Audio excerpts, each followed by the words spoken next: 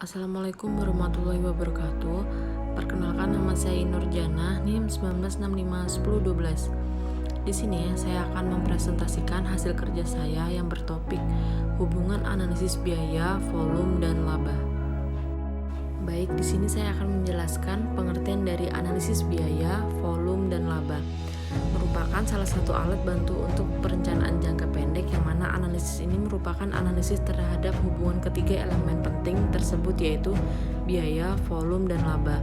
Adapun manfaat dari analisis ini yaitu yang pertama, pengaruh perubahan biaya variabel atau tetap terhadap biaya. Yang kedua, besarnya kapasitas produksi yang harus dijual agar perusahaan tidak rugi.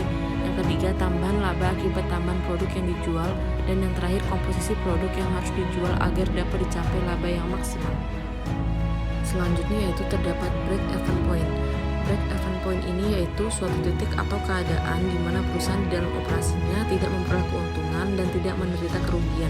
Dengan kata lain, pada keadaan itu keuntungan atau kerugian sama dengan nol. Dalam analisis tersebut digunakan dasar anggapan sebagai berikut. Harga jual produk persatuan tetap sehingga penghasilan penjualan dapat digambarkan dalam garis lurus. Yang kedua, semua biaya dapat dikelompokkan dalam elemen biaya tetap dan variabel. Yang ketiga, harga dari biaya tetap pada berbagai tingkat kegiatan. Yang keempat, kapasitas yang dimiliki perusahaan tidak berubah. Tingkat efisien dari perusahaan tidak berubah. Selanjutnya, tingkat dan metode teknologi yang dimiliki perusahaan tidak berubah. Dan yang terakhir, produk dalam berbagai tingkat penjualan tetap. Selanjutnya yaitu terdapat jenis biaya berdasarkan BEP. Yang pertama ada biaya variabel, di mana biaya dengan jumlah berubah-ubah mengikuti intensitas pemakaian sumber biaya. Dengan kata lain, biaya variabel ada biaya yang besarnya bergantung pada output. Yang kedua, biaya tetap, di mana pengeluaran yang jumlahnya tidak akan mengalami perubahan meskipun volume produk barang mengalami peningkatan maupun penurunan. Dan yang terakhir ada biaya semi variabel. Biaya semi variabel yang merupakan suatu biaya yang memiliki elemen biaya tetap, namun memiliki biaya variabel di dalamnya. Selanjutnya yaitu terdapat BEP untuk sales mix, di mana bauran pemasaran menggambarkan perimbangan hasil penjualan antara beberapa macam produk yang dihasilkan oleh suatu perusahaan. Contohnya seperti perusahaan Pesut Indah menghasilkan dua macam produk, yaitu produk A dan produk B. Data yang dapat dihimpun untuk kedua produk tersebut adalah sebagai berikut. Dari gambar tersebut bisa dilihat di mana laba yang didapatkan yaitu Rp120.000.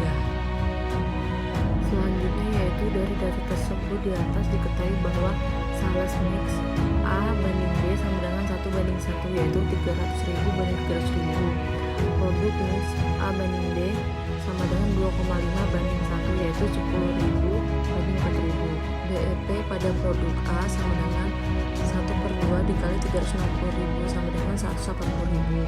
BEP produk B sama dengan 1/2 dikali 360 sama dengan 180.000. BEP unit produk A sama dengan 180.000 dibagi 30 sama dengan 6.000 unit. Dan BEP produk B sama dengan 180.000 dibagi 75, yaitu 2.400 unit. Selanjutnya yaitu perlakuan unsur pajak. Setiap penghasilan diperoleh oleh suatu perusahaan akan dikenakan pajak sesuai peraturan yang berlaku.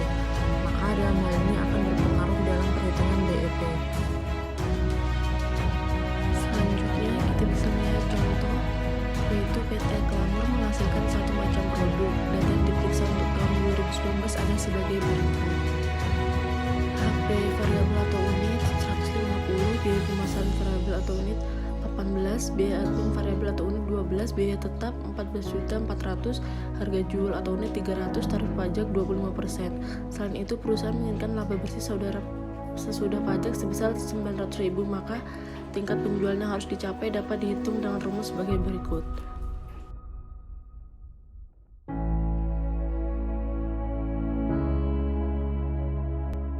Sekian presentasi dari saya, kurang lebihnya saya mohon maaf. Wassalamualaikum warahmatullahi wabarakatuh.